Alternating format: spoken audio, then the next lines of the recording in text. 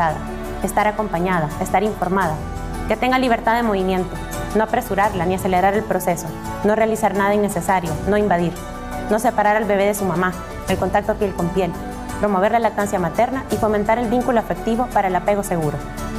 Todo esto no será posible sin una educación prenatal y cuidado antes, durante y después del parto. Estas son algunas bases con las que estamos trabajando para transformar la atención materno-infantil en el sistema de salud. Solo así podremos garantizar que cada niño nazca como tiene que nacer, con cariño.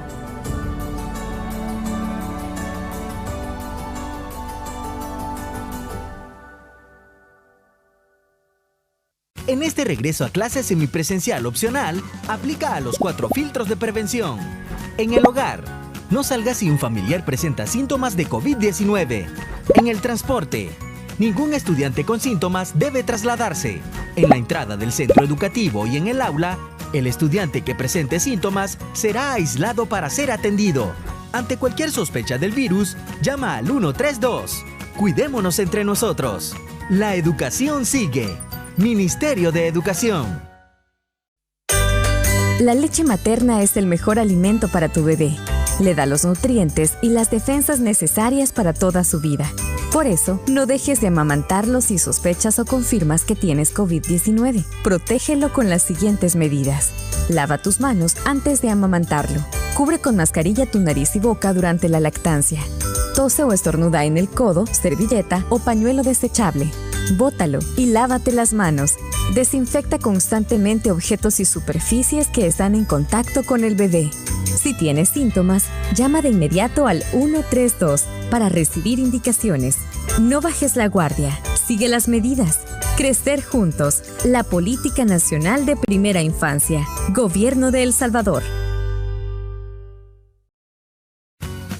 En el regreso a clases semipresencial opcional, sigamos las medidas de bioseguridad.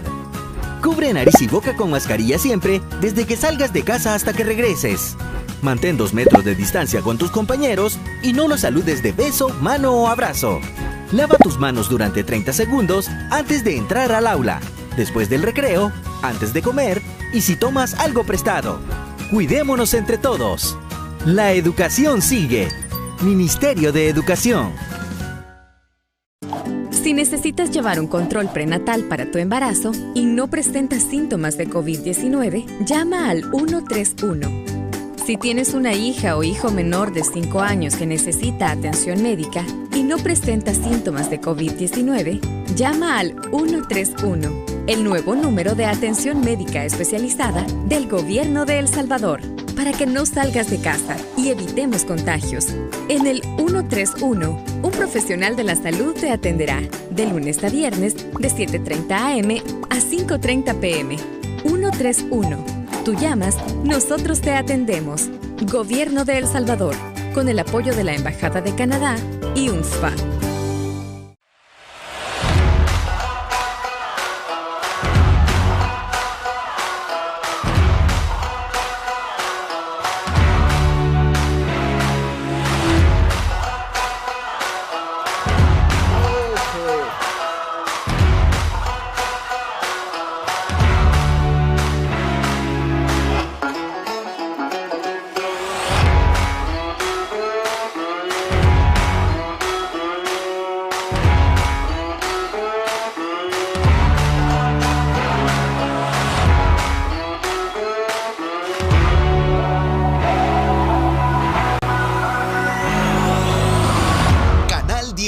Así somos.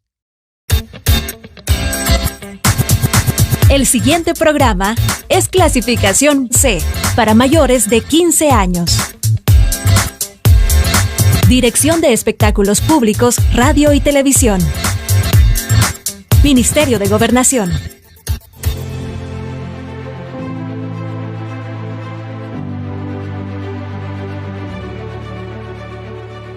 Aire con Marisol Dorado. Muy buenos días, ¿cómo están? Qué gusto poder saludarlos en esta nueva mañana. Estamos listos para un nuevo tema en la entrevista M y este sin duda es un tema de interés para todas las familias salvadoreñas porque viene a beneficiarlas y principalmente a las mujeres, estas mujeres que dan vida, que llevan vida en su vientre y que dan a luz, y que sin duda usted viene a contarnos muy buenas noticias. Vicepresidenta de la Asamblea Legislativa, la diputada Sueci Callejas, a quien le damos una cordial bienvenida en un día muy especial, porque hoy es su cumpleaños. Muchas felicidades y muchas bendiciones, vicepresidenta. Muchísimas gracias, de verdad ya me quemó con el cumpleaños. Gracias y buenos días a todas las familias salvadoreñas que se están preparando ahorita ya para ir al trabajo. Muchos ya van en el carro, así es. Muchos ya van con sus niños o muchos ya empezaron sus clases virtuales.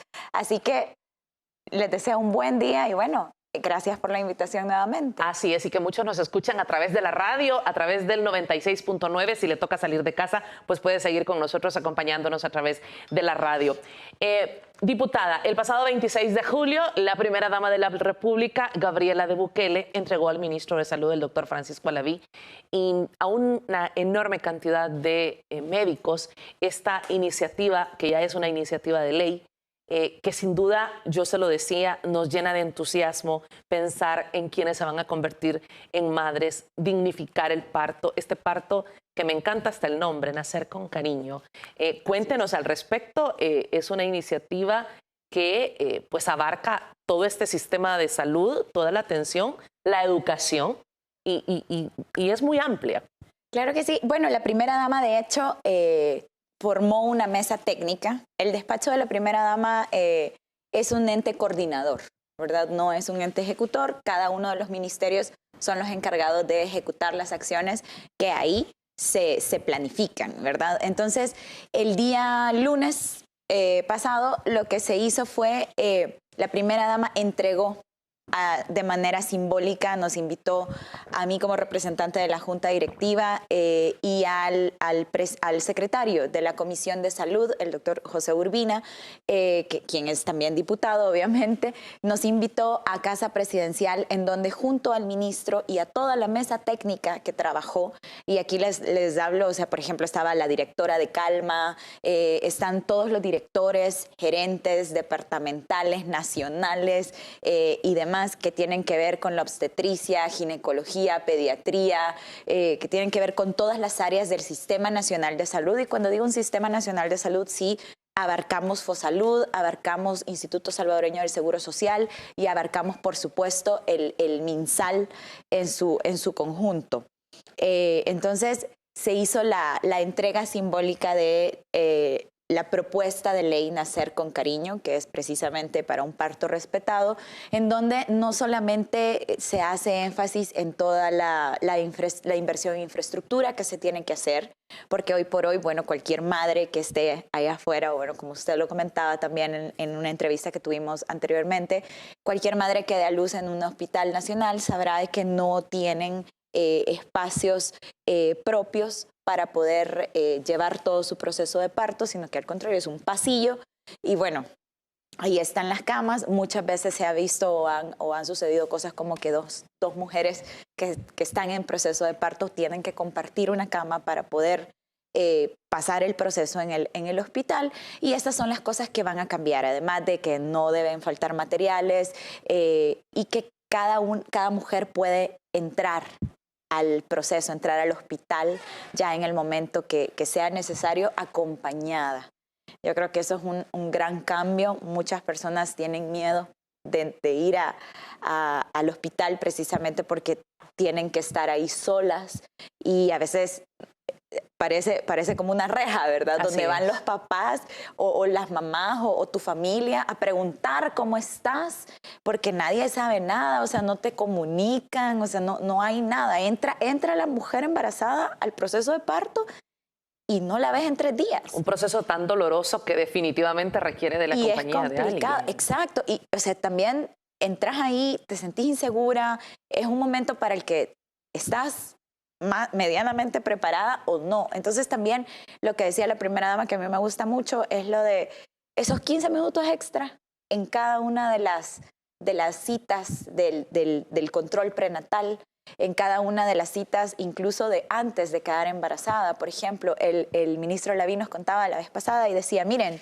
si una mujer que va a entrar a un proceso de embarazo, que quiere formar una familia, una mujer y un hombre porque esto es biológico y entonces así es, que quiere entrar en un proceso y quiere formar una familia, empieza a tomar ácido fólico 3 meses antes del proceso, ¿no? del embarazo, ya es un cambio, pero trascendental. Y entonces ya luego, por supuesto, va a seguir con todo su control y con todas sus vitaminas, pero ya eso nos da a nosotros, nos disminuye muchísimos riesgos 3 meses antes. Que empiecen a tomar ácido fólico, por ejemplo, cosas tan básicas como eso. Entonces ya luego que te vayan explicando en todo el proceso de tu embarazo, en todo el control, que te digan qué va pasando con tu cuerpo, por qué te duele más o menos, o sea, todo, saber, estar informada, tu derecho, hacer todas las preguntas necesarias y que no solo te quedes callado escuchando todo lo que te dice el doctor y que al final uno les dice, ¿entendió? Y ellos dicen, sí. Y después salen y dicen, mire, yo no entendí nada, o sea, y que haya esa relación, ¿no? Paciente-médico. Conversamos con la directora del Instituto Nacional de Salud recientemente y ella nos hablaba de cómo se está preparando todos los médicos y que obviamente siempre ha existido una voluntad, pero no tenían los recursos. Así es. De hecho, bueno, la doctora es ginecóloga y obstetra, ¿no? Entonces ella tiene la bendición de conocer todo el proceso, de haber trabajado desde lo privado y también ver las diferencias de cómo son. Muchas veces, bueno, yo tengo amigas pues que pasan ahorrando todo el embarazo para tratar de no tener a los niños en el hospital público o en el seguro social, sino que tratar de ir a un privado. Es carísimo, por cierto, pero también se trata de darle la oportunidad a todas las mujeres de que estén informadas. Y que también es un proceso, como bien lo decía la primera dama Gabriela Bukele, es un proceso único e irrepetible. Porque una vez nació su bebé, usted no lo puede volver a meter para decir, no, hoy sí lo vamos a hacer bien, pausa, repite escena, ¿verdad? Usted no puede hacer eso. Entonces, realmente, y no solamente es para la mujer, sino también para el bebé, que no nazca en un lugar estresado, que no nazca en un ambiente hostil, que su bienvenida al mundo sea realmente una bienvenida con amor, con cariño, con tranquilidad, que su mamá esté tranquila, que lo reciba su familia, que si lo recibe su papá, pues lo recibe su papá también, y esto es algo muy importante. O sea, muchas veces yo siempre digo, bueno, hay un claro problema en El Salvador con respecto a la paternidad irresponsable, y esto los números lo demuestran. O sea, el nivel de demandas ante la Procuraduría por alimentos o en los juzgados de familia por alimentos y el nivel de descuentos que hay en las instituciones públicas o privadas por cuotas alimenticias, porque tienen que ser obligatorias, ¿no? Tienen que ponerlas por ministerio de ley y no por una voluntad de crianza, ¿verdad? Tiene mucho que ver también con la desconexión que hay entre los hombres y el proceso de embarazo, ¿verdad? Entonces, eso de que saquen al papá como si fuera un ente... Bueno, que ni siquiera nunca ingresó, ¿verdad? Primero nunca ingresó y luego al control de parto también lo sacan, entonces, de embarazo también lo sacan. Entonces, al final, ¿cómo va a crear un vínculo si no sabe qué es lo que está pasando con todo el procedimiento de crecimiento de su bebé, ¿no? Algo tan importante como el corte tardío del cordón umbilical, que quienes somos madres conocemos la importancia de este proceso. Los estudios científicos lo demuestran, ese lazo, ese vínculo entre madre e hijo, cuando ese momento trascendental, como usted lo señala, cuando el bebé nace y que pueda estar sobre el pecho de su madre, sobre el regazo de su madre y poder contemplarlo unos minutos, pueden marcar la diferencia. Claro que sí, y la verdad es que en dinero no nos cuesta nada. Ese momento en dinero no nos cuesta nada. Obviamente, lo que sí tiene una inversión es todo el espacio físico, la adecuación de toda la infraestructura, el hecho de que los espacios estén limpios, que la pared esté limpia, que el piso esté limpio, que hayan camillas, obviamente, que los quirófanos tengan las medidas de bioseguridad para poder estar ahí y atender un parto. El hecho también de que los bebés puedan ser amamantados para aquellas mujeres que pueden, que no tienen ninguna condición médica que les indique lo contrario, que puedan ser amamantados desde el primer momento, que no tengan una separación. Es crucial. De más de 3 horas en medio de que nace y te lo den, que ya esté ahí contigo, que te conozca, que sea lo primero que escuche también tu voz, que al final es lo que conoce, ¿no? Entonces, el hecho de poder humanizar realmente el proceso y que no sea... A mí me da un poco de risa porque, bueno, no sé, en redes sociales han andado ahí tergiversando un poco mis palabras, pero el punto es que no sea el proceso de parto llevado por la adrenalina de saquemos a este niño ya, 1, 2, 3, puje, 1, 2, 3, y no grite. Entonces, y que no se ha llevado un proceso por la adrenalina, sino que sea por la oxitocina, que al final es un momento único y irrepetible. Estás recibiendo a un ser humano, estás recibiendo a un ciudadano salvadoreño, ciudadana salvadoreña ahí. Entonces, de hecho, también hay ciencia sobre esto, hay estudios sobre esto, de cómo impacta el día de tu nacimiento en todo tu carácter como persona, ¿no? Y en todas las inseguridades que vas a sentir, en cómo te vas a comportar con cada una de las emociones, etcétera, etcétera. O sea, no es una cosa que somos hippies y nos lo acabamos de inventar, sino que realmente hay investigaciones sobre esto. Obviamente son estudios que se van desarrollando y que van saliendo y va saliendo información, pero así vamos a tener data. Y como lo decía también el ministro Laví, una vez empecemos a tener los datos de cuántos niños realmente tienen que nacer, por ejemplo, vía cesárea, cuántos niños pueden nacer con parto natural, si solo les tenemos un poquito más de paciencia a las mujeres que entran al proceso, si nadie se desespera, si probablemente, la primera dama que sabe más de esto que yo, probablemente una mujer está gritando porque está deshidratada, porque tiene miedo, porque no ha comido, negarles la comida, el agua, en ese momento tampoco es algo clínicamente que así tiene que ser. Y muchas de las prácticas que hay en este momento, ni siquiera los médicos saben por qué se hacen, pero así son, así es, así aprendieron ellos, así las enseñaron, y muy probablemente nadie se acuerda de quién fue el genio que dijo, no, a la familia la sacamos, a las mujeres entran solas. Desgraciadamente hay muchas cosas negativas normalizadas. Y la violencia ha sido normalizada, y ha entrado tanto en la cabeza de cómo se hace, ¿no? De que ya ni siquiera sabemos cómo cambiarlo. Entonces, no se trata de criminalizar a nadie, no se trata de hablar mal de los médicos, ni de las enfermeras, ni de todo el personal que atiende hoy por hoy. Hacen una gran labor, definitivamente. Definitivamente, con lo poco que tienen, hacen demasiado. Yo digo aquí, cada médico y cada doctor, o sea, cada médico, cada enfermera, y se lo digo porque mi familia, yo vengo de familia de médicos, mi hermana, mis hermanos, mi papá, son como MacGyver, ¿verdad? Aquí hacen lo que pueden con nada, y cuando salen a veces los estudiantes a seguir su carrera afuera, llevan una cantidad de partos que es increíble en otros lugares del mundo, o de asistencias en emergencia que es increíble en otros lugares del mundo, pero El Salvador te da esa escuela, ¿verdad? Como para trabajar de verdad en casi cualquier condición. Sin embargo, eso no quiere decir que esté bien. Eso no quiere decir que tenemos que seguir normalizando el hecho de que, no hay jeringas, no hay gasas, no, aquí una camilla hay y 5 pacientes, ¿verdad?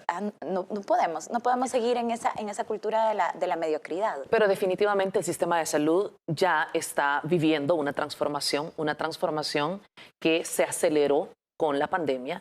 Hemos visto un cambio en la infraestructura de la mayoría de hospitales, equipos en la mayoría de hospitales, el equipamiento, también los cuadros de medicamentos básicos que antes no existían.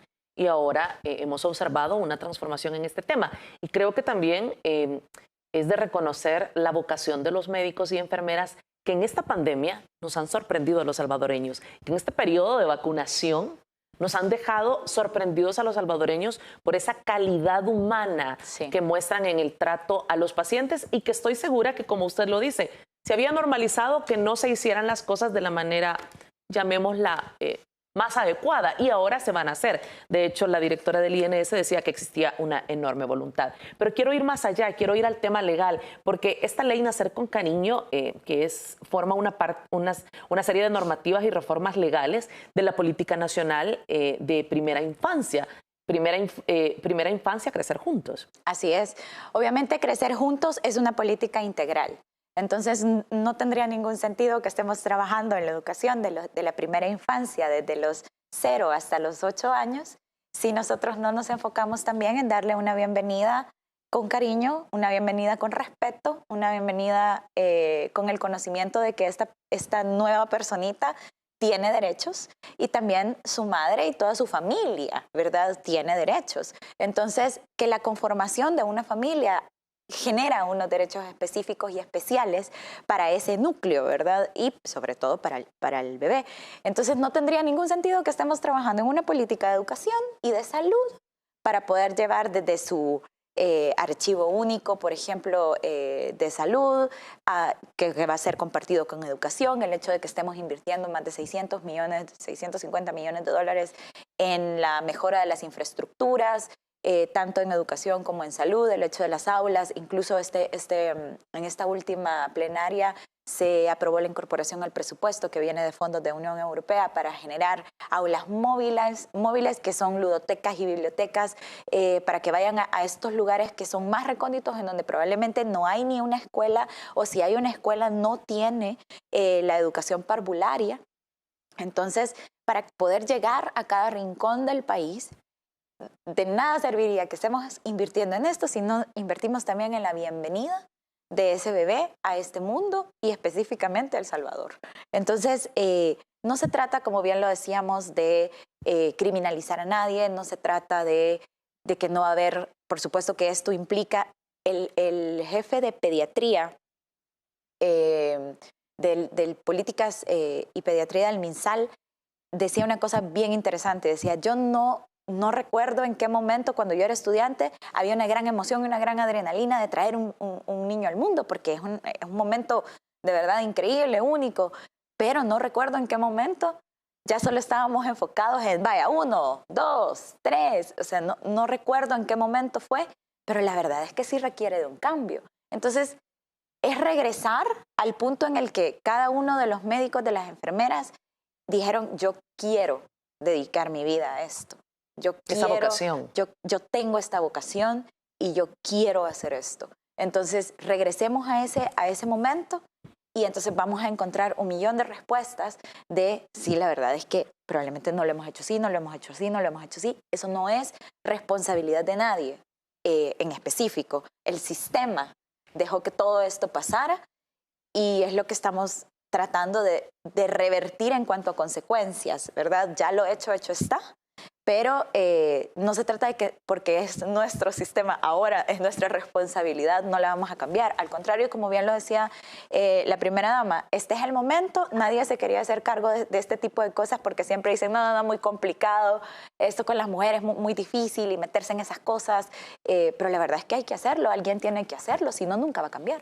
Bueno, es una ley con 17, una legislación que consta de 17 artículos y tiene como finalidad establecer, ya lo decíamos, principios y normas generales para nacer con cariño. Cuando regresemos de la pausa, vamos a mostrar una nota donde podemos ver ya a la Comisión de Salud que va a estudiar esta ley, que será una realidad para todas las mujeres, para todas las familias salvadoreñas que estarán dando salvadoreños, sin duda, estarán dando una mejor sociedad. Estoy segura que sí. Así es. Ya volvemos de la pausa.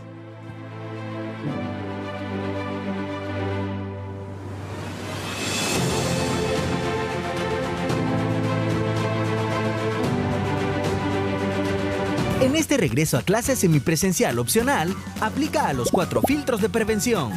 En el hogar, no salga si un familiar presenta síntomas de COVID-19. En el transporte, ningún estudiante con síntomas debe trasladarse. En la entrada del centro educativo y en el aula, el estudiante que presente síntomas será aislado para ser atendido. Ante cualquier sospecha del virus, llama al 132. Cuidémonos entre nosotros. La educación sigue. Ministerio de Educación. Había una vez un país pequeñito, donde niñas y niños estaban guardados en sus casas por un horrible virus que circulaba en las calles. Y para que no dejaran de divertirse y aprender, un grupo de educadores, comunicadores y escritores salvadoreños crearon un mundo maravilloso Crecer leyendo. Está lleno de imaginación, historias fantásticas y mucha diversión. Un mundo en el que todas y todos pueden entrar desde sus casas. El despacho de la Primera Dama y el Ministerio de Educación presentan Crecer leyendo. Sintonízalo de lunes a viernes a la 1 de la tarde por Radio El Salvador 96.9.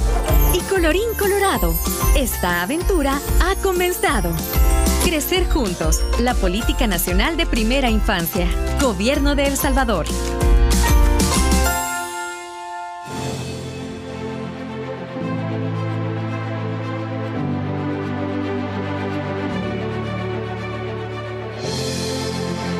Bueno, ya lo anunciábamos antes de ir a la pausa, la Comisión de Salud es la responsable de analizar este proyecto de ley Nacer con Cariño, que podría ser una realidad muy pronto. Cuenta con el apoyo de la bancada de Nuevas Ideas en la Asamblea Legislativa y ya pues ha empezado su estudio, su discusión. Veamos la nota al respecto. El proyecto de ley Nacer con Cariño, impulsado por la primera dama Gabriela de Bukele, ya se encuentra en estudio por la Comisión de Salud de la Asamblea Legislativa.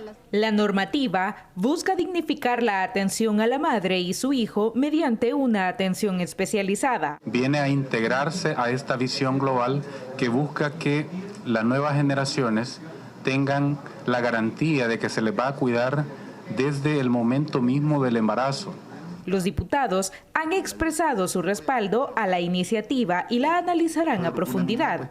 Que esto lleva un beneficio incalculable para el recién nacido y la mamá, como bien lo dice la ley, en su intimidad, que es la que se debe respetar. Destacan que en su articulado se incluye la capacitación y contratación de personal especializado en la atención materno-infantil. También esto lleva la contratación de nuevo personal también, para que en los hospitales se tengan los especialistas idóneos para acompañar a la madre en ese proceso.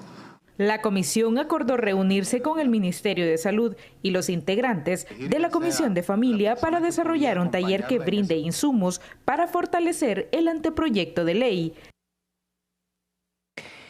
Definitivamente se tiene que invertir, y ya lo decíamos, no solo es infraestructura, y lo mencionaba la nota, también en contratación de personal. Hablábamos de que los médicos de repente han convertido los partos en un número, pero es que así es la demanda de nacimientos. Sí, también es cierto que el sistema ha estresado bastante a todo el personal médico en general.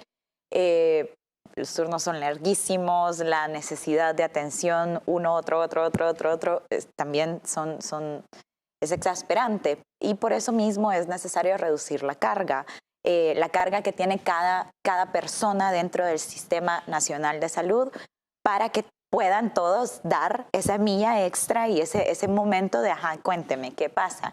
Incluso dentro de la ley hay una definición que yo creo es innovadora para el país, y es el tema de la partera profesional. La partera profesional es aquella licenciada en salud materno-infantil que tiene todos los conocimientos, que ha pasado, obviamente, por una preparación técnica, por una preparación profesional, para poder atender en el momento, no atender acompañar a la madre en el momento del parto. Esto no sustituye la atención del ginecólogo, la atención del médico, del obstetra, no lo sustituye en ningún momento. Es decir, no sustituye la atención hospitalaria. No, pero es una profesional que dentro de la ley se reconoce. Ojo, la carrera tiene un poco más de 10 años de existir.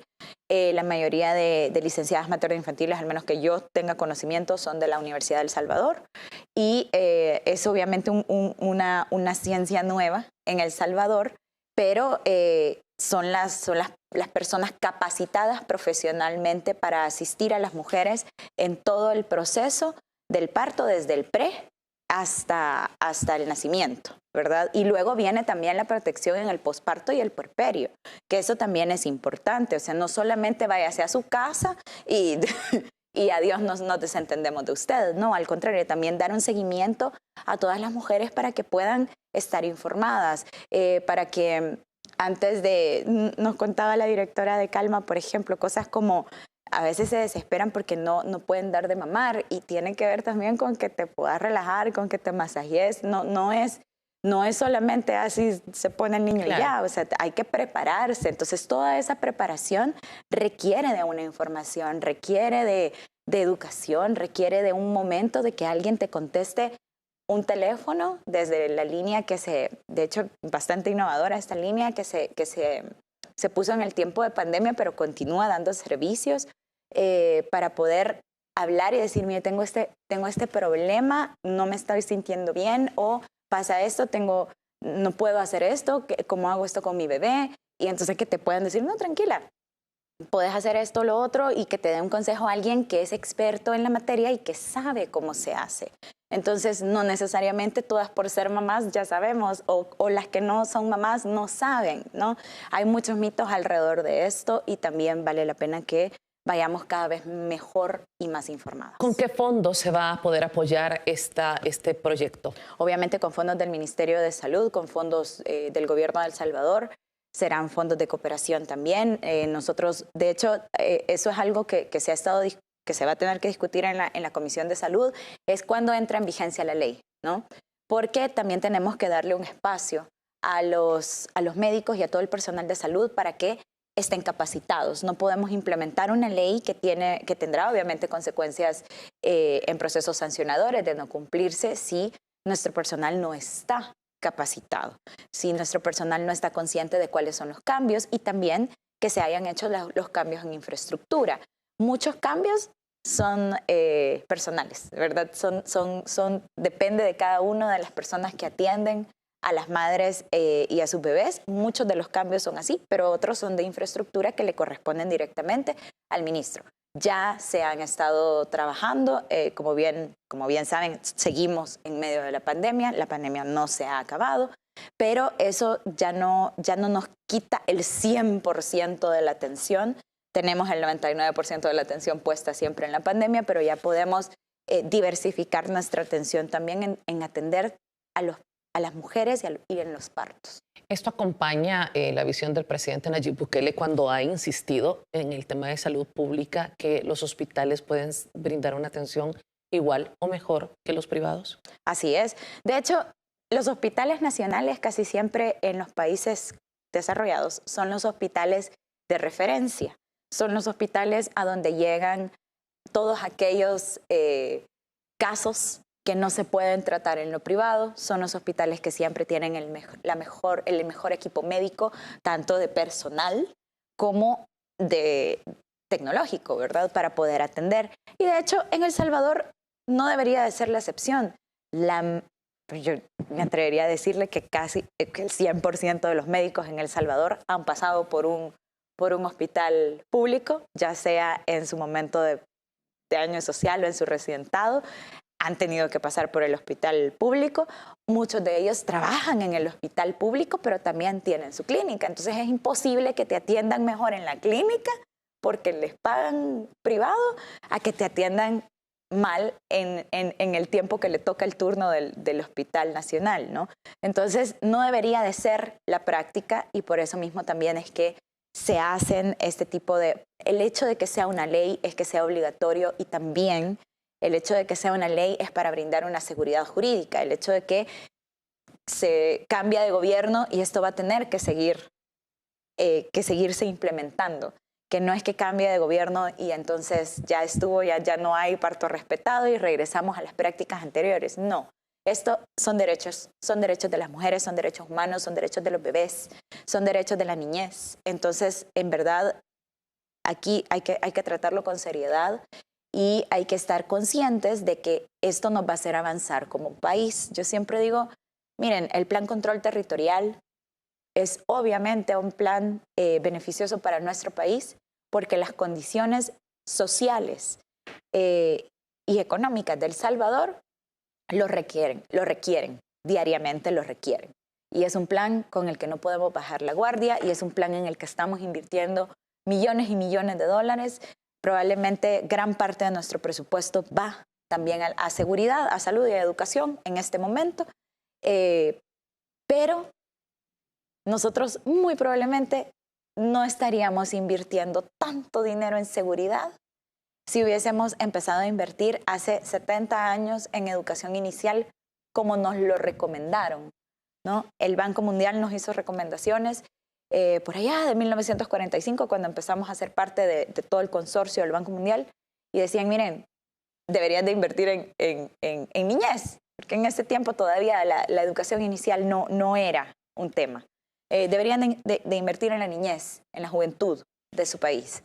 No hicimos caso, nos perdimos en otras cosas y ahora estamos con este gran problema de inseguridad social. Sin embargo, los números son buenos, el plan va funcionando, pero esto quiere decir que probablemente en 10, 15 años nuestros números serán mejores porque tendremos jóvenes, tendremos adultos que sean menos violentos, que sean con menos tendencia a la violencia y por supuesto que estén más seguros de sí mismos para poder seguir enfrentando el mundo, porque el mundo es difícil en general, pero es más difícil si viniste al mundo dentro de un clima de violencia, dentro de un clima deshumanizado, dentro de un momento en el que ni siquiera en el momento desde tu nacimiento te faltan el respeto, entonces obviamente eso no va a generar un buen ser humano. Entonces vamos a invertir desde el momento de la preconcepción,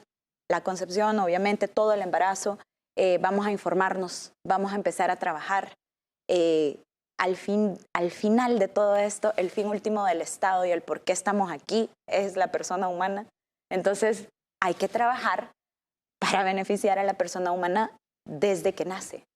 Seguramente, estoy segura que entre nuestra audiencia tenemos familias que nos están viendo desde caseríos, cantones, que están en zonas recónditas en nuestro país. Es importante hablar que esta política, este proyecto, Crecer Juntos, no solo es para San Salvador, no solo es para hospitales como el Hospital de la Mujer en San Salvador, sino que esto también tendrá una atención para las mujeres en zonas rurales. Sí. Tengo entendido que habrán algunos centros de atención antes del parto. Quisiera que nos hablara de eso para que tengan conocimiento estas madres de familia y sepan que hay un sistema de salud que está trabajando y que obviamente está pensando también en ellas. Claro que sí. Bueno, sí, como usted bien lo dice, la ley es para todo el país. Así viva en la costa, viva en la montaña o viva en medio. Entonces, y se están preparando, se están arreglando las casas de espera materna que ya existen. Que han estado descuidadas por mucho tiempo. No sé si tendrá una foto por ahí, pero son unas condiciones en donde nadie debería de estar esperando a su bebé, ¿verdad?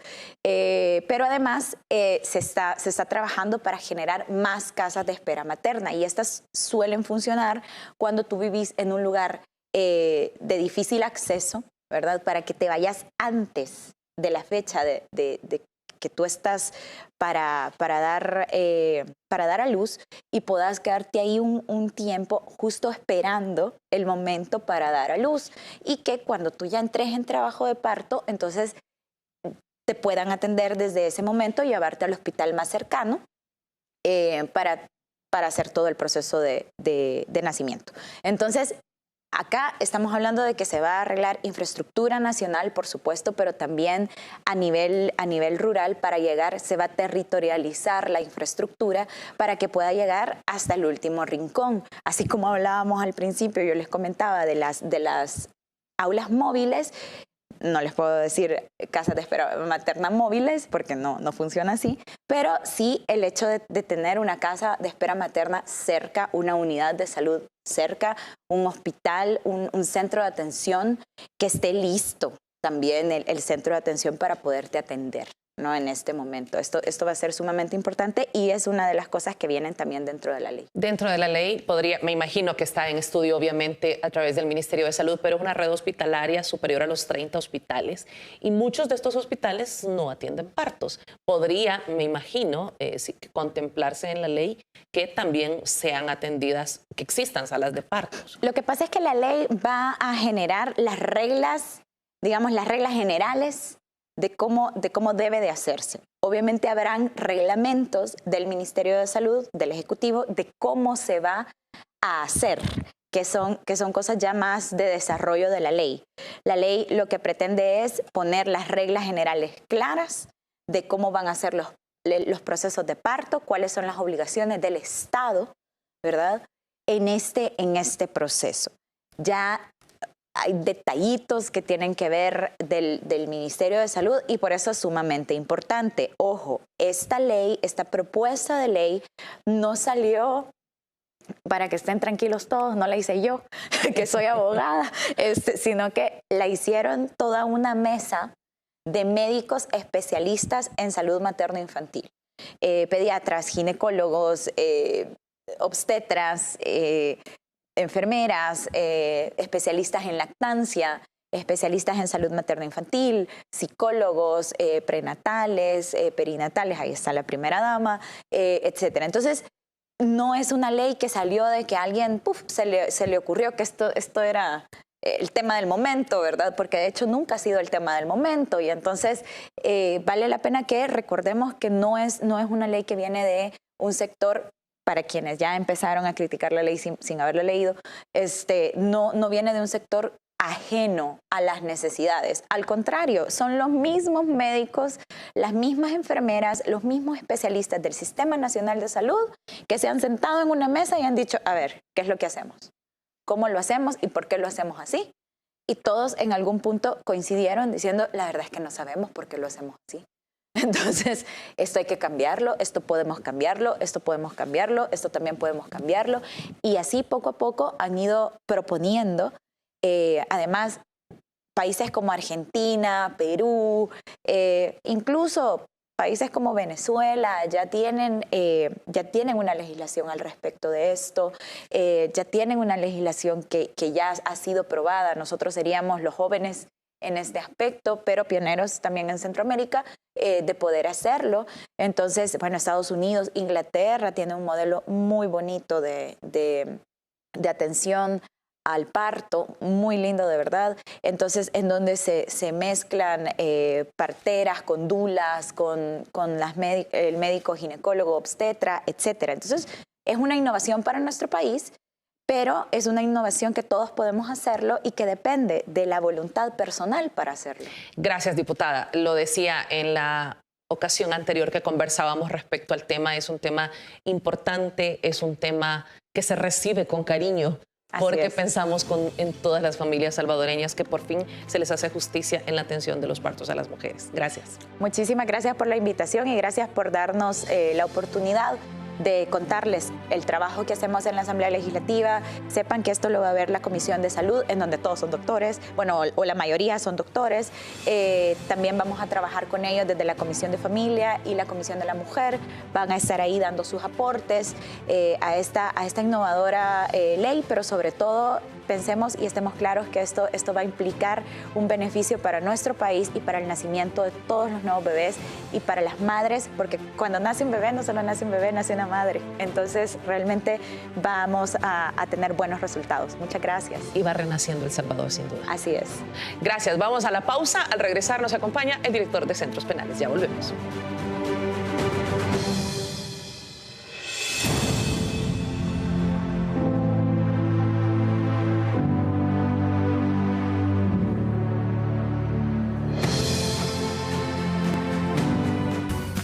En el regreso a clases semipresencial opcional, sigamos las medidas de bioseguridad.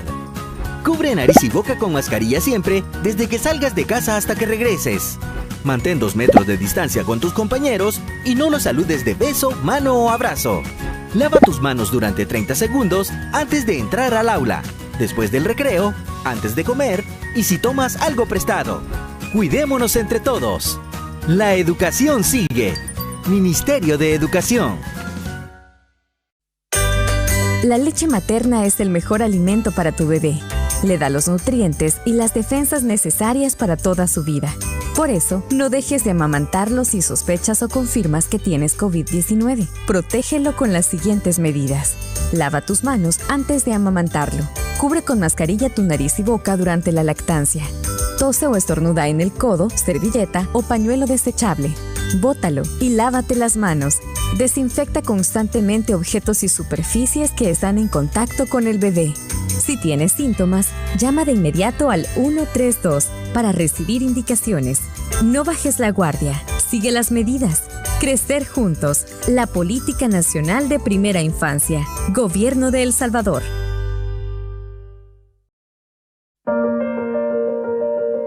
Por años, han jugado con las palabras a su conveniencia. Contaron la historia que quisieron que creyéramos.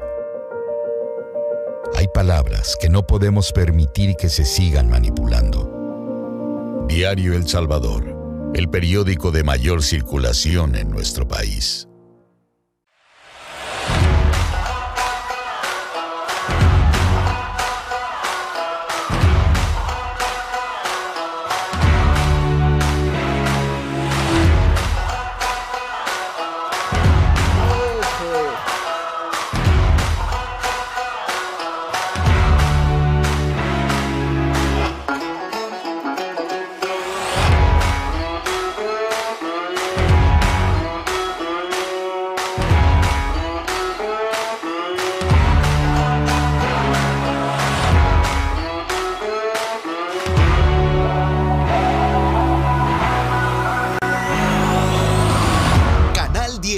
Así somos.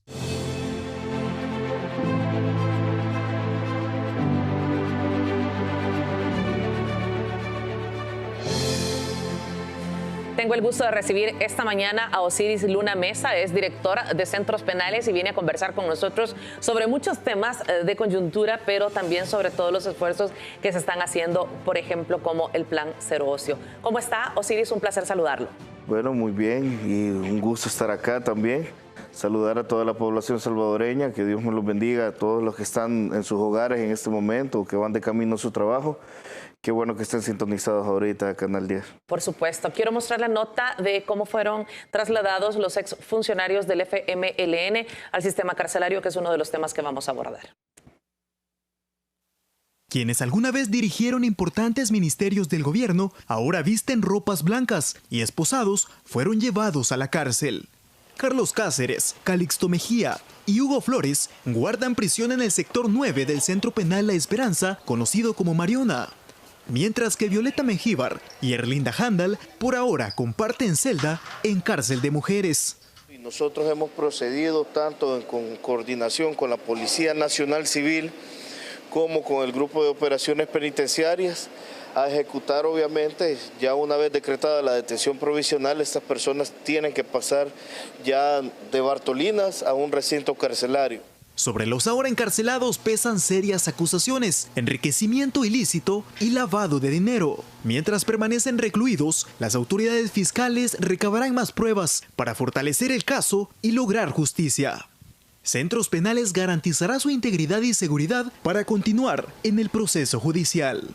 Y lo hemos llevado a cabo con todo el respeto a los derechos humanos y todas las condiciones necesarias para que ellos obviamente puedan estar durante todo el proceso y no se puedan fugar estas personas. Durante su ingreso a prisión, la doctora Violeta Mengíbar, de 69 años, mantuvo la cordura. No así Erlinda Handal, hija del fundador del FMLN, Shafiq Handal. ¿De qué Bartolina viene? Tránsito. Pero ponga ahí que no nos han vencido en juicio. No, póngalo, es mi derecho que lo ponga. Calixto Mejía y Rubén Flores, además de ser compañeros de partido político, ahora también comparten celda. Y Carlos Cáceres, ex titular de Hacienda, solitario, verá pasar los meses en su recinto. Todos tienen algo en común: serios señalamientos de haberse aprovechado del cargo como funcionarios y enriquecerse con dinero público de los salvadoreños. Bueno, director, primero quiero que me comente, el traslado de estos exfuncionarios se ha realizado al Centro Penal La Esperanza, mejor conocido como Mariona, y también a Cárcel de Mujeres, y esto es en cumplimiento a la resolución judicial. Sí, definitivamente, una vez finalizado la audiencia inicial, el juez decreta ya su detención provisional, que estas personas estén obviamente por el riesgo que corre el proceso de verse interrumpido, a que estas personas pueden llegar a fugarse y no estar durante todo el proceso judicial presentes, obviamente, el juez decreta la detención provisional. Nosotros al ser decretada esta detención provisional, ellos ya no pueden estar ni obviamente guardando detención en una Bartolina o en otro, obviamente o alguna otra medida, sino que dentro de una prisión ya. Entonces nosotros hicimos el traslado desde el órgano judicial, desde el Isidro Menéndez, hacia, para el tema de Calixto Mejía, para el tema de Hugo Flores y con Carlos Cáceres, los pasamos ya al sector 9, que obviamente más conocido como donde están todos los exfuncionarios.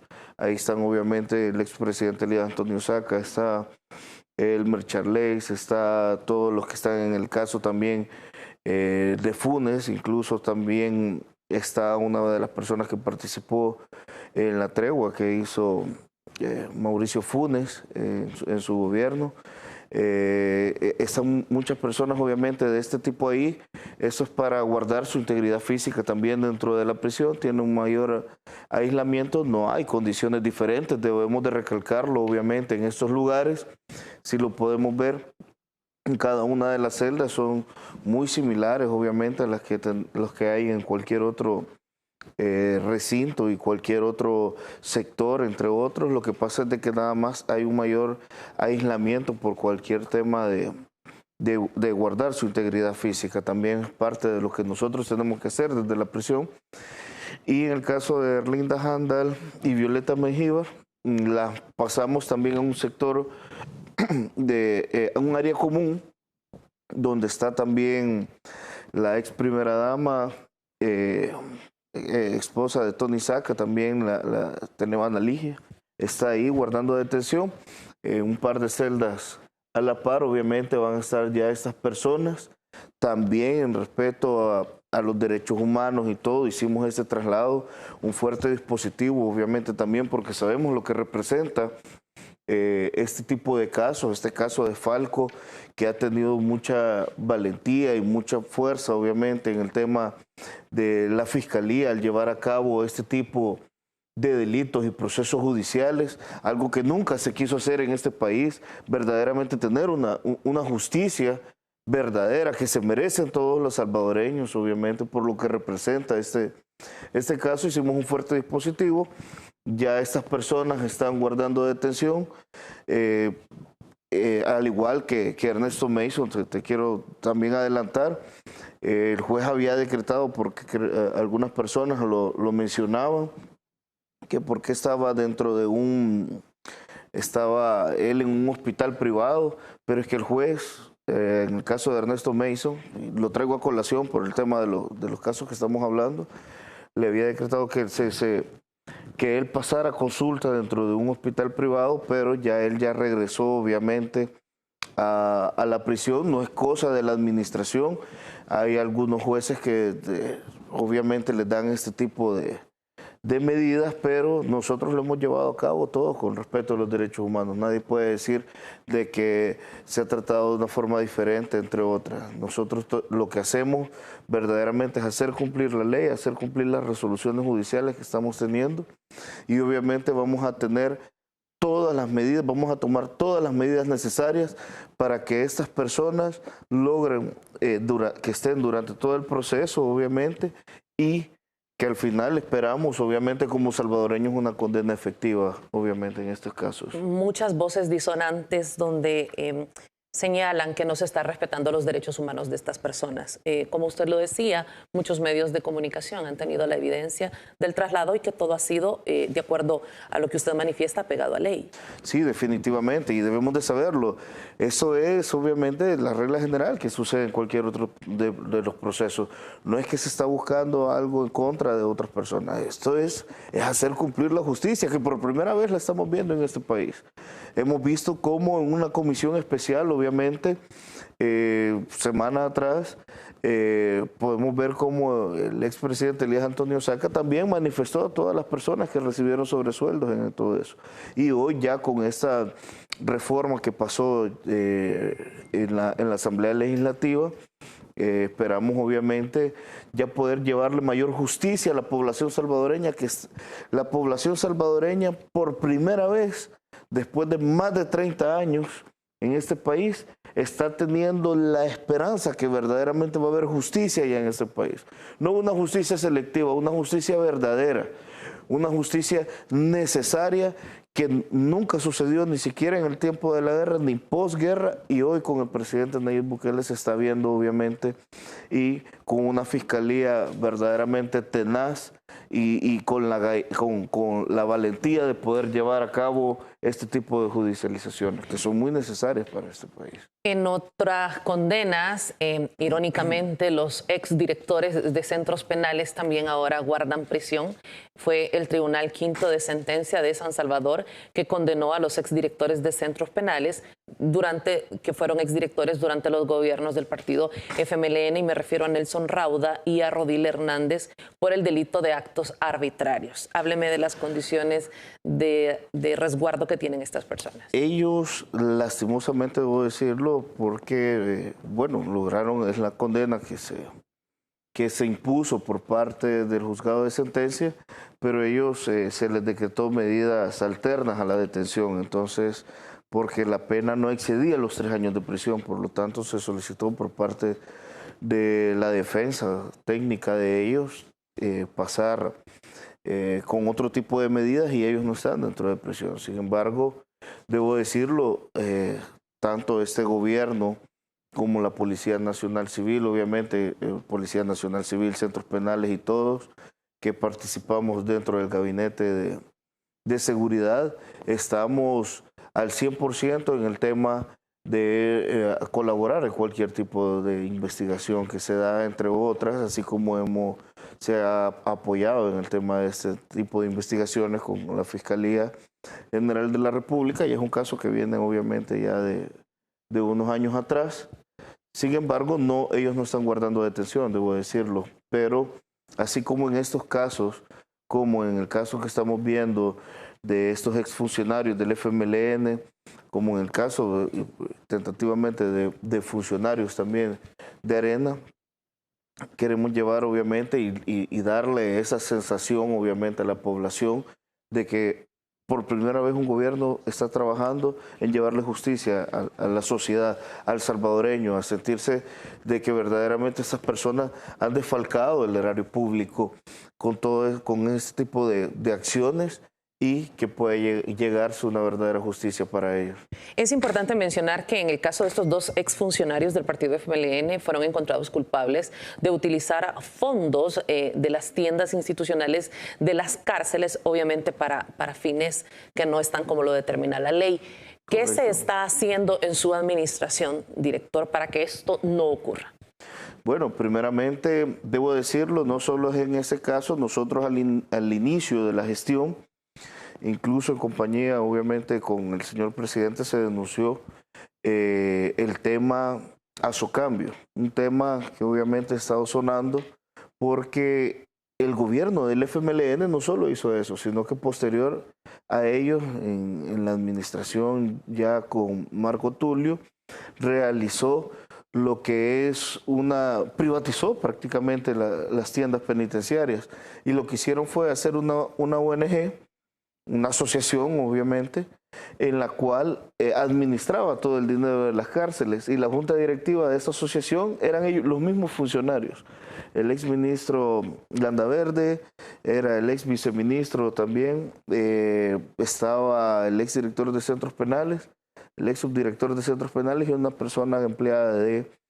es decir, ellos formaban la directiva. Ellos formaban la directiva y eran funcionarios a la vez, y ellos decidían con el tema de cómo iban a manejar los fondos desde una parte privada.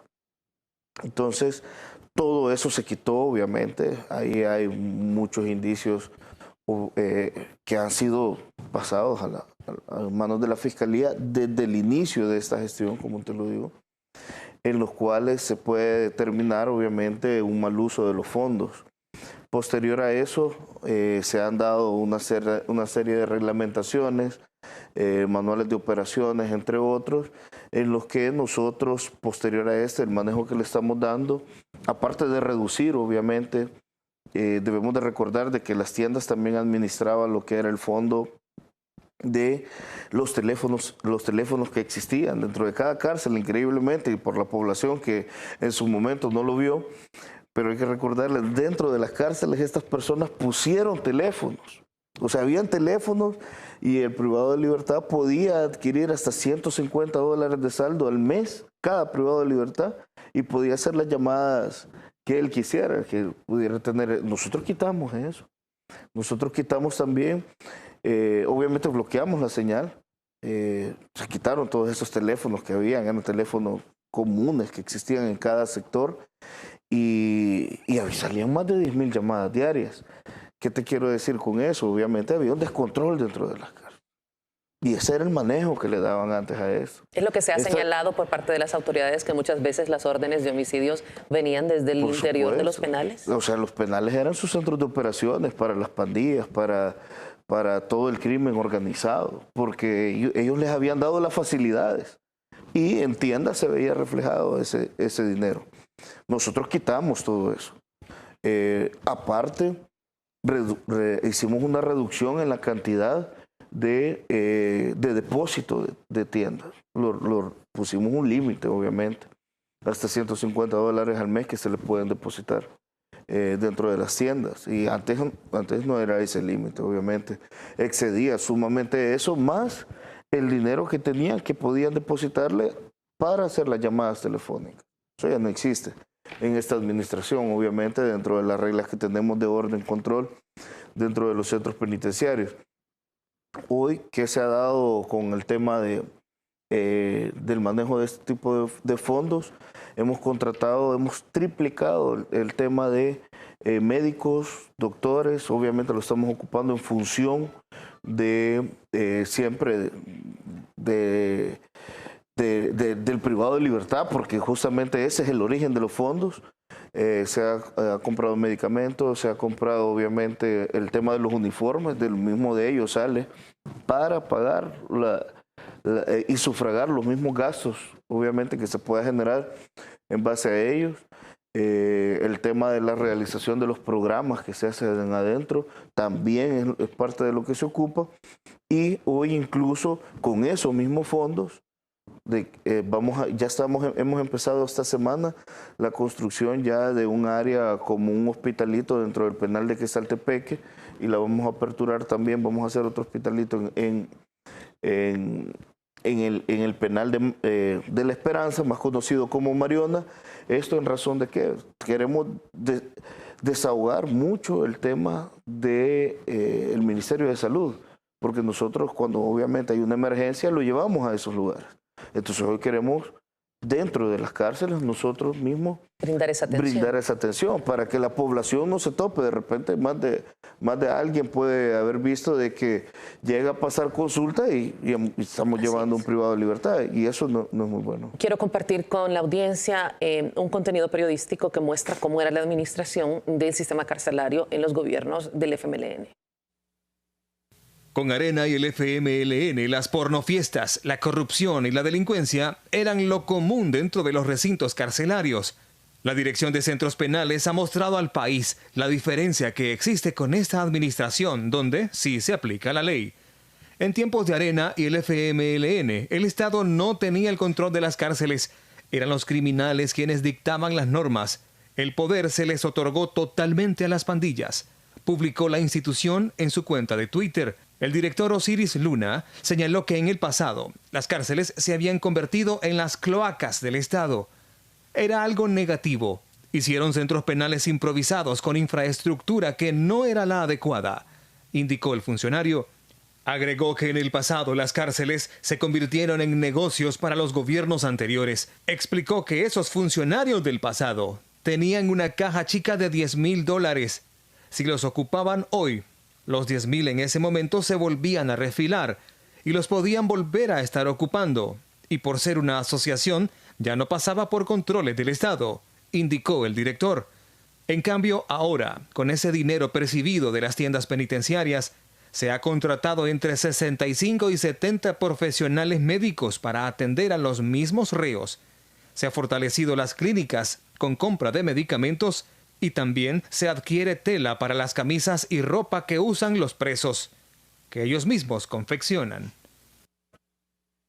Bueno, ya lo veíamos en la nota y era lo que también nos compartía el director de Centros Penales, esta transformación en el sistema carcelario de nuestro país. Y quisiera hablar de buenas noticias porque también hay segundas oportunidades para los privados de libertad. Y qué bien que puedan existir estas segundas oportunidades. Y tengo entendido que inicia un ciclo universitario para estas personas que desean dar un paso al futuro con miras a cuando puedan salir del sistema carcelario. Bueno, debemos de agradecer y debemos de agradecer a la ONUDC. Ellos nos han colaborado obviamente para poder montar lo que es la educación a distancia, educación universitaria a distancia. Hay que esclarecer eso muy bien, decirle a la población, es una oportunidad que está llegando y son convenios con diferentes universidades que estamos teniendo en este mismo momento. Ahorita hemos iniciado con las universidades de la Universidad de la Asamblea de Dios, con la licenciatura en Administración de Empresas.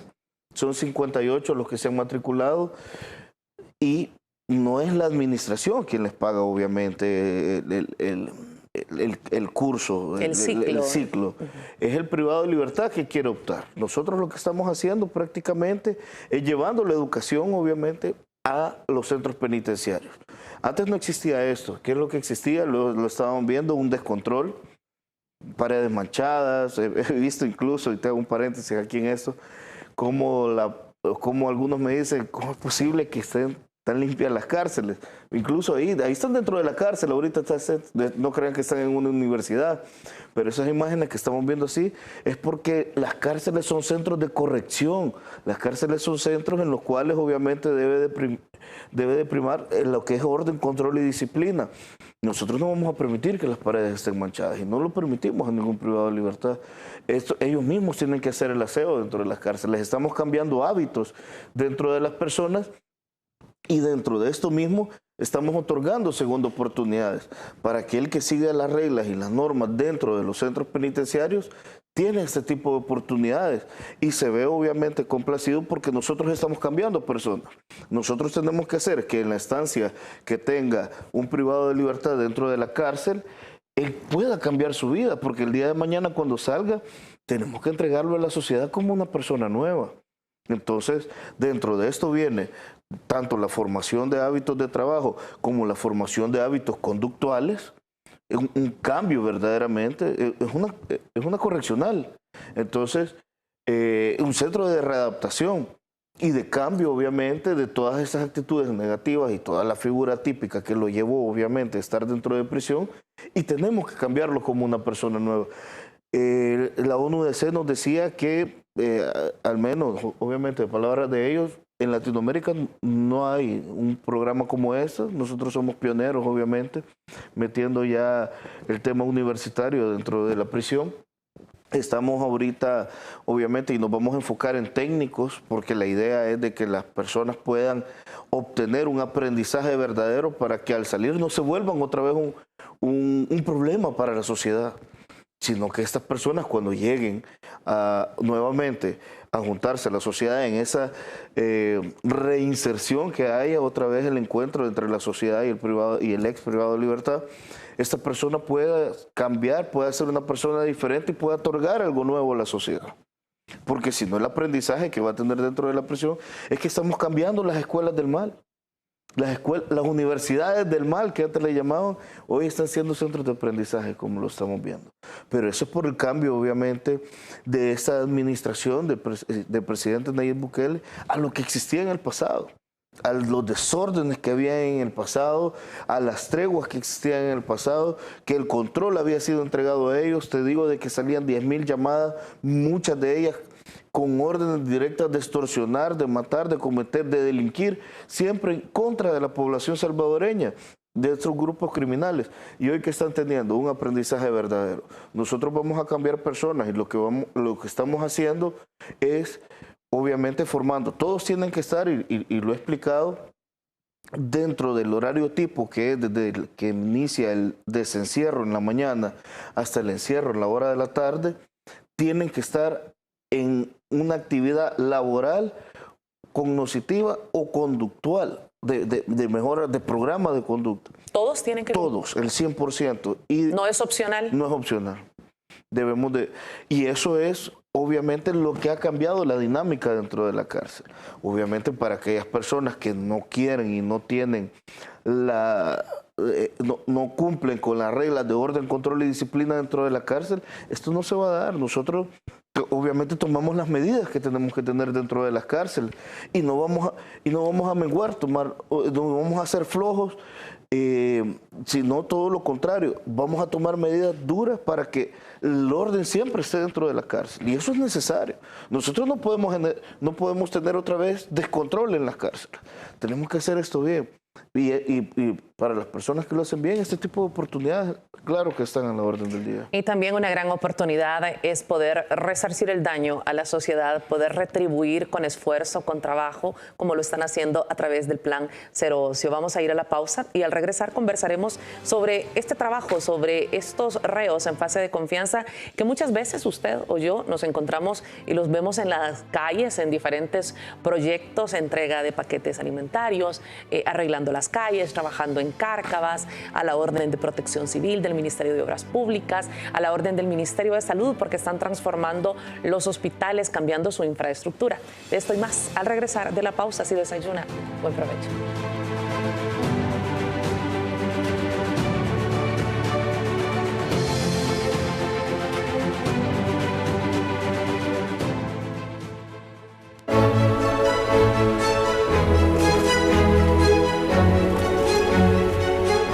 Saca tu bandera y lúcela como símbolo de esperanza por un año nuevo lleno de alegría, optimismo y sueños por cumplir. Construyamos unidos una patria nueva con prosperidad para todos.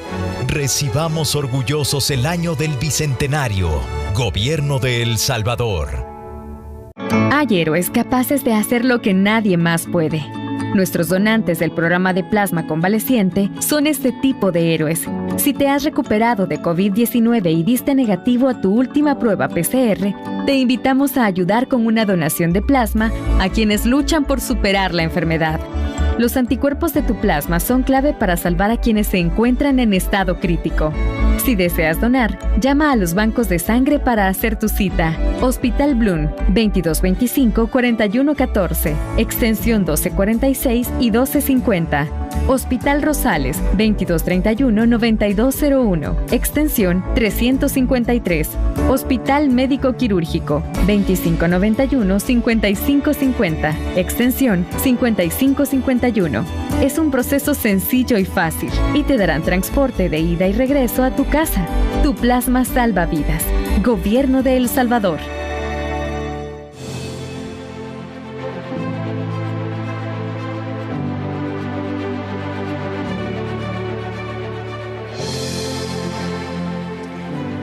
Directora, hablemos del Plan Cero Ocio.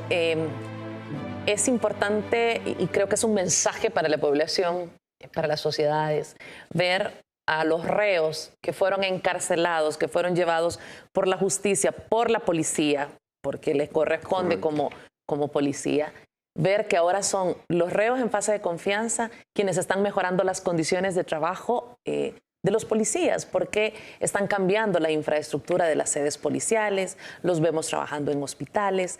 Cuéntenos sobre este Plan Cero Ocio, qué cantidad de reos están en esta fase. Yo me pregunto si realmente existe un entusiasmo en cada uno de ellos por colaborar en esta transformación de país. Bueno, tenemos, son 39.600 privados de libertad en el sistema, en total. A este día, de los cuales 36.000 están en una actividad diaria. Los otros obviamente son gente que no se ha querido adaptar, no ha querido, y nosotros obviamente tomamos diferentes medidas con ellos. Medidas ya nada más de resguardo y no intervienen negativamente en esta población, porque si ya tenemos esta población así, lo que vamos haciendo es obviamente avanzando. Dentro del Plan Cero Ocio, obviamente, lo contemplan diferentes etapas, y te lo digo, el tema de aprendizaje cognitivo, el tema de programas generales, pero viene un área como el que tú decías, ya de trabajo penitenciario. En esto tenemos 5,000 privados de libertad prácticamente que están colaborando día con día. Y obviamente esto les sirve a ellos porque ellos pueden redimir pena. Ellos cada día de trabajo obviamente les cuenta dentro de una reducción de pena por el 2x1, que es la ley penitenciaria, así lo menciona. Ahorita en este momento hemos arreglado 77 centros escolares a este día y seguimos obviamente en diferentes centros escolares más. Estamos en 67 unidades de salud también, entre hospitales, unidades de salud, entre otros. Simultáneamente ahorita estamos con 20 que estamos arreglando a diario, obviamente pintura, chapoda, algunas cosas de fontanería, entre otras. Es un apoyo que estamos dando, nos hemos volcado muy fuerte en esto. Delegaciones policiales son 27 las que hemos intervenido hasta este momento. Son 2 de las cuales las hemos hecho desde cero y ya las entregamos a la Policía Nacional Civil, hechas incluso algo bien novedoso, que una de ellas ha sido hecha con contenedores, pero tú la ves y es algo sumamente con alta tecnología como la hemos realizado, obviamente con las experticias que se da. Nosotros estamos capacitando día con día a estas personas. ¿Están capacitando en construcción también? Estamos capacitando en construcción. Como te digo, estos 5,000 ya tienen, pero vamos a sumar 3,500, como te lo mencionaba. Son 3,500 privados de libertad más que vamos a sumar porque nos vamos a acoplar a un proyecto que trae el INDES, que ya estamos trabajando con el INDES dentro de la cárcel, porque estamos haciendo los uniformes de todos los atletas en este momento, y para el tema de las ligas que se están haciendo en cada municipio, también nosotros estamos haciendo los uniformes. La semana antepasada se entregaron ya unas máquinas de hacer ejercicio que estaban en desuso ya en el INDES, nosotros las arreglamos y se las entregamos obviamente casi como nuevas otra vez al INDES. Nosotros lo que estamos haciendo es volviendo los centros penitenciarios un gran centro donde la población en general pueda llegar a ver a personas que están queriendo cambiar. Y este tipo de apoyo que está llegando, como los atletas, como los policías, como las unidades de salud, en los centros escolares que los estamos arreglando poco a poco, es una transformación que se está haciendo de a poco. Incluso hemos colaborado en 75 instituciones, diferentes instituciones más, como por ejemplo en Bienestar Magisterial hemos hecho 14 policlínicos, esto en beneficio obviamente de los maestros. Así es. 14 policlínicos y lo hemos hecho obviamente a nivel nacional. Estamos ayudando a migración en la oficina de atención al migrante, también nosotros estamos trabajando con ellos. Bueno, ahí creo que hay unas imágenes, creo que las estoy viendo ahí, de que estamos colaborando en el ISNA también, con el tema de la niñez. Nosotros estamos mejorando las condiciones. En el CONNA también estamos mejorando algunas de las condiciones para la atención, obviamente, que se debe dar ahí a la niñez y a la adolescencia. Para nosotros, y te lo digo, incluso para el privado de libertad, te lo voy a hablar como algún privado de libertad lo ha externado, para ellos es muy gratificante eso porque la gente les ha agradecido, la gente les dice qué buen trabajo, se acercan, les entregan agua o algún tipo de alimentación y ver eso, estamos prácticamente volviendo una verdadera justicia restaurativa, que si ellos en algún momento le hicieron daño a la sociedad, hoy con su trabajo están obviamente bajo los principios de la justicia restaurativa, compensando obviamente ese trabajo, ese daño que lo hicieron y saldando su deuda con la sociedad, pero es con trabajo justamente para la población. Y es así como 3,500 personas más se vienen a sumar en el tema de construcción y vamos a capacitarlos para mejorar las sedes de INDES de todos los atletas y vamos a estar trabajando en conjunto. Nosotros ya hemos empezado con ese proyecto de capacitación y al final les sirve para redimir pena, les sirve para rehabilitarse, para reinsertarse, obviamente para que la sociedad lo vuelva a incorporar como una persona y lo vuelva a aceptar dentro de la sociedad como una persona diferente y para que él pueda ejercer una vez salga de prisión. Director, me queda poco tiempo. Quisiera preguntarle también sobre los programas que están realizando y este esfuerzo para que las cárceles se conviertan en centros penitenciarios autosostenibles y que estos también no representen una carga enorme para los costos del Estado. Bueno, estamos ya en la etapa medular, debo decirlo. Ya empieza obviamente una licitación pública en el tema de las cocinas.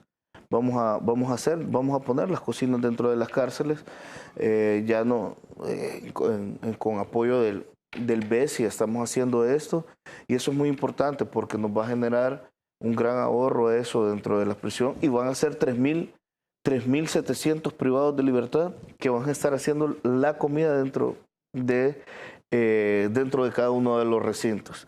Asimismo, tenemos 2.000 privados de libertad trabajando en las tres granjas que tenemos, tanto de hombres y de mujeres. Y tenemos obviamente la tienda que ya la hemos aperturado, la hemos reaperturado porque la hemos hecho mucho más completa y con mucho más productos. Estamos elaborando dentro de cada uno de los centros penitenciarios muebles, estamos elaborando todo tipo de artesanías. Estamos haciendo incluso cosas para el hogar, lámparas, entre otras. Y ya tienen una sala de ventas. Ya tenemos la sala de ventas, está justamente a la par de donde se sacan los antecedentes penales, aquí por el Redondel Don Rúa, en San Salvador, obviamente. Estamos ubicados justamente a la par del edificio Duarte Novoa, que es donde, nuevamente lo digo, donde se sacan los antecedentes penales, y ahí puede ir la población salvadoreña todos los días de 7:30 a 3:30 a poder adquirir algunos de los productos elaborados de los privados de libertad, lo cual nos sirve obviamente para seguir haciendo este tipo de proyectos.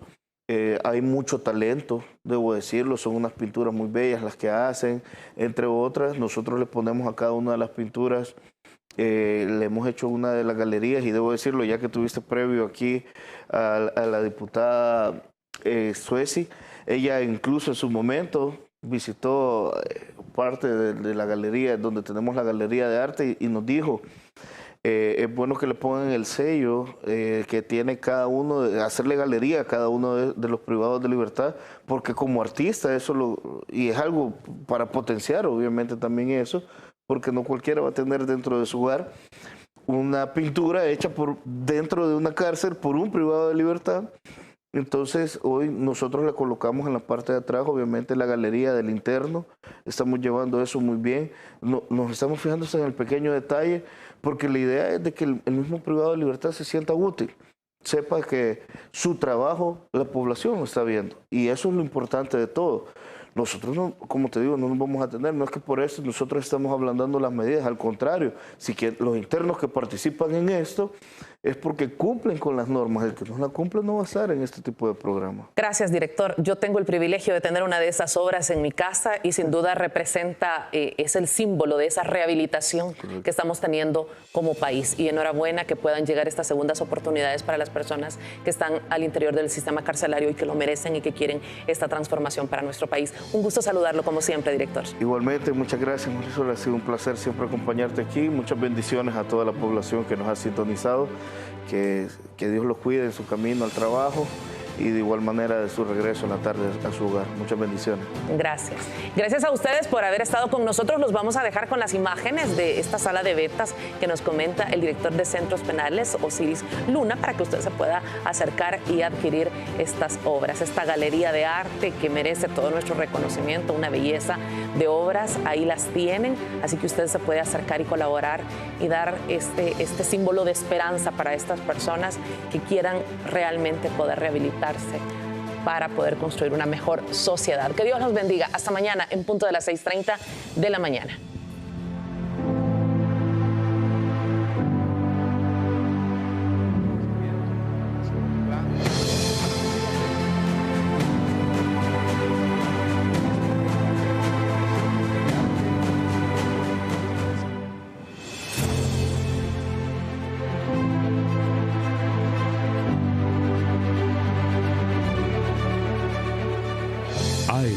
Con Marisol Durán. queremos cambiar el mundo, tenemos que cambiar la forma de nacer. El nacimiento es un momento único e irrepetible para el bebé que acaba de nacer, para la mamá, para el papá, para la familia, la sociedad y ahora también para los profesionales de la salud, que podrán vivir este momento único e irrepetible para las familias acompañándolas. Este bebé que nace, este primer encuentro con el mundo, influye en su desarrollo a lo largo de